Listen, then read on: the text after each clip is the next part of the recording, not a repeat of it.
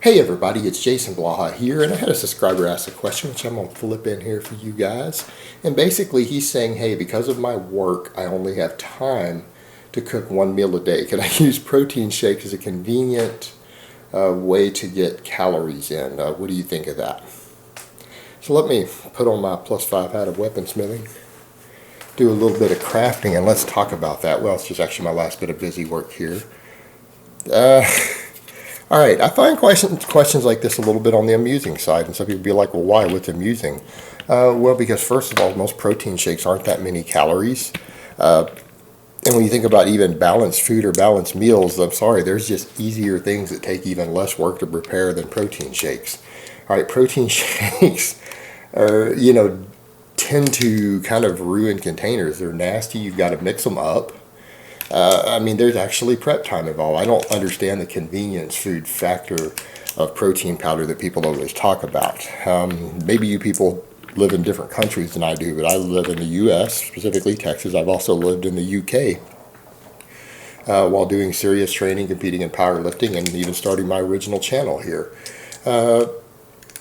Protein shakes have containers that require to be washed a lot because they get really stinky, they get smelly, it sticks to the inside of everything. You have to mix it up. This isn't a zero prep food. There are zero prep foods that actually are more nutritionally balanced. You can get more protein and other stuff in them. So it doesn't even make sense from that perspective. And I'll get some ideas in a minute, but when you think about it, I mean, many calories are you really going to get from a protein shake? And if you're doing these weight gain shakes, that's just a bunch of sugar added to a protein shake. That's far from ideal either. But I mean, you're talking about trying to get 500 calories from protein shakes in a day or something. That's a lot of protein shakes. And most people are lactose intolerant enough that that's going to give them diarrhea to even drink that many protein shakes. It's going to give them an upset stomach. And like I found, even for me, whey can be harsh on your stomach when you consume too much. Like that's the last thing that I would consume, because I've had more expensive shakes, that have the lactose filtered out and everything. As someone who's lactose intolerant, that I can handle, because most protein shakes give me diarrhea. But even then, if I were to drink like 70 or 80 grams of protein from them in one sitting, it upsets my stomach. And you're still talking about, 300 calories, if that, from these shakes. I mean, that's so little, you're not getting any significant nutrition there. And again, it's not even prep free unless you're mixing it in something you're throwing away. So I'm assuming at work you have a place to store your containers so that they stay cold and they don't get all stinky, because if you only had hot storage, then you wouldn't be able to take a protein shaker either, because it would be so rancid by the end of the day after using it several times, and then that smell of the protein in there, that you'd have to be throwing it away almost every other day. And I'm going to assume if you work a lot of hours, you have enough money to afford decent food. So let me tell you kind of what I used to do for a while when I was working a 60-hour corporate job back early 30s, right around 30-ish. I worked 5 12-hour shifts, Monday through Friday. And I managed to get to the gym every day on the way home from work.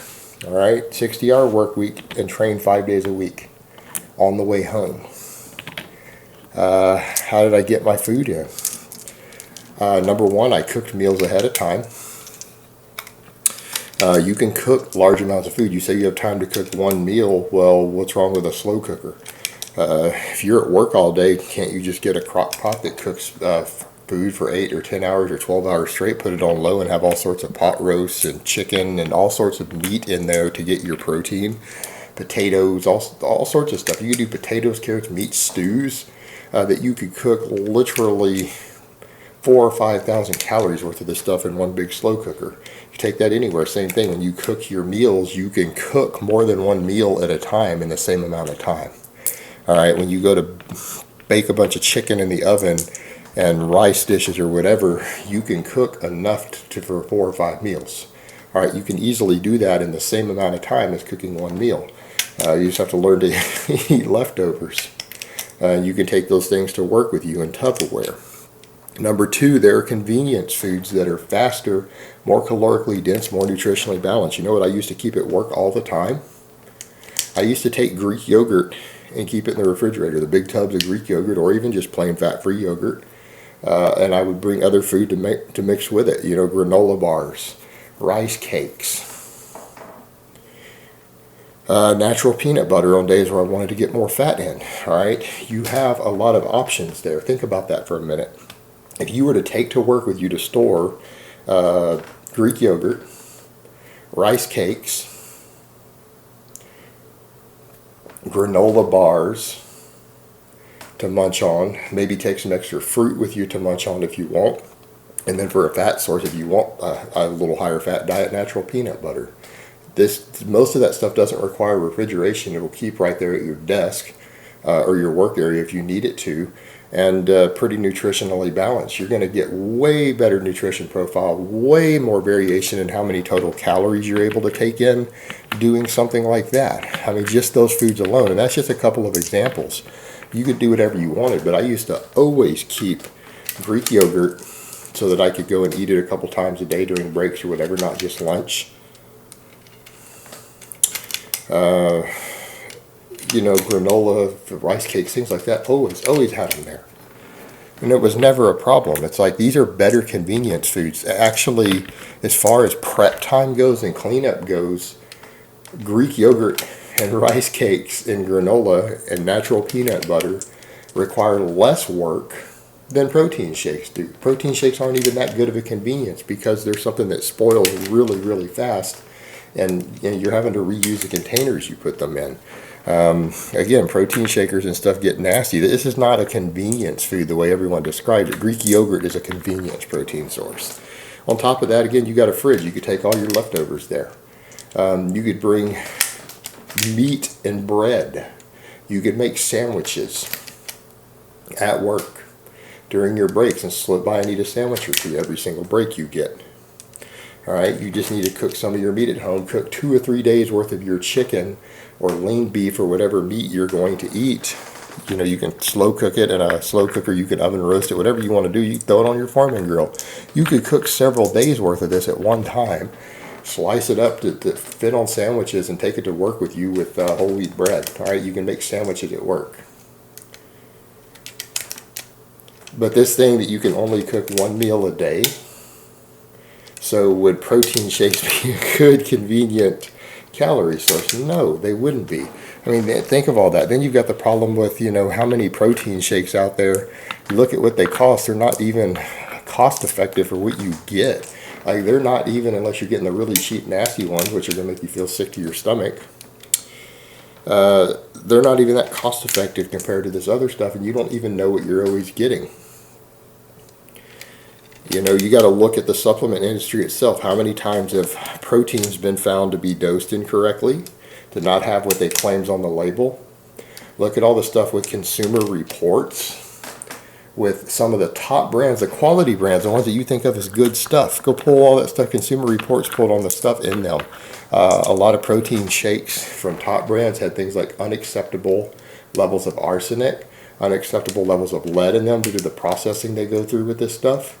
I mean, you're basically buying a waste product. Also, again, used to be known as pig food, that the supplement industry found a convenient way to sell, and now they've tried to make sure every study in the world gets done to show that it's a good protein source, so that they can sell a waste product that they buy for pennies at an enormous markup. All right, it's a waste product of the cheese industry. That's where we get whey from. And they're selling you this stuff because they've been able to successfully market it. But again, they've been found unacceptable levels of toxins in them. They've been found to contain ingredients that aren't supposed to be in them, and many of them have been found to be underdosed. So you're not even getting what you think you're getting. And on top of that, by doing this, you're supporting a really unscrupulous industry. That's the other big thing too. You might be like, well, it's just a protein shake. Yeah, but you're again supporting companies that use false advertising, sell garbage products and everything else. Even if the protein itself is okay, you're still supporting an industry and a company that engages in all sorts of terrible marketing tactics, uses fake natties to sell products, try to convince people they've got products that can help them gain muscle or lose fat when they can't. Look at all the terrible things the supplement industry has been caught doing.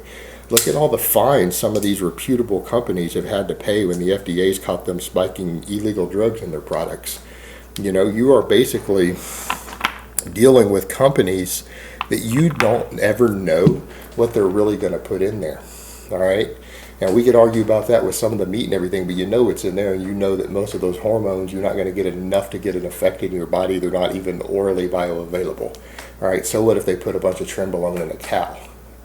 It's not orally bioavailable. It's not like you're going to fail a drug test for it. When you're buying a supplement that you're thinking of as just a protein shake, you don't know what in the hell they put in it. These companies have been found putting everything from very strong toxic anabolic steroids that are more toxic than a lot of the black market stuff you buy, way more so, like Superdrol, because they put things like methylated orals in some of these things because they're so strong, but they're also the most toxic. So everything from that to methamphetamine and meth analogs have been found in over-the-counter supplements sold by some of the most reputable, biggest companies out there. So you're basically supporting this industry, and ultimately you don't even know what you're getting. I mean, that's the big problem you run into using all these products. You have a job you work a lot of hours at. I assume you get drug tested. How would you like to lose your job because you bought some over-the-counter supplements that turned out to have something that makes you fail a drug test? You don't think it can happen? Look at some of the meth analogs that have been found in a lot of these over-the-counter supplements that from, again, reputed companies, reputable companies, and then you get popped with meth on your drug test at work. Do you really want to support an industry like this and consume something in your body as a convenience food that's not even as convenient as a lot of the stuff at the grocery store, and certainly not as balanced for a meal profile or getting your calories in? Do you really want to risk putting their stuff in your body when you don't even know for sure what's going to be in the container? Again, you're supporting this industry and its behavior if you're buying these products. And that's the thing you need to remember. Over-the-counter supplements, there's so many problems with them. The lack of regulation in the industry and everything else that I get to a point where I generally, outside of just stuff like vitamin D3 or fish oil, I don't recommend supplements as a general rule. And even those, it's almost like don't take one that you haven't seen independent testing on to make sure there's actually vitamin D3 in it. Because hell, even the vitamins a lot of these companies produce, you go to get them tested and you find out they don't even have the vitamins in there that's on the label sometimes. They don't even sometimes have the primary ingredient, or the primary ingredient is a fifth of what they claim is on the label. Again, this is an industry you're dealing with. So no, I don't recommend at all that you use them as a convenience food source due to your work. There are easier convenience food sources that are going to give you a lot more balanced nutrition that actually can require less prep time and cleanup than the actual protein shakes can. Just be creative at it. I gave you a few examples, but my examples are just things that I personally have used in the past when working a lot of hours at a job. It doesn't mean that you can't find stuff that's more suitable for your needs. It might be easier, tastier, and meet with what you have available for food storage and everything else at your job. All right, guys, but that's really all I have to say on that today. I hope it's been informative, and I will talk to you guys next time.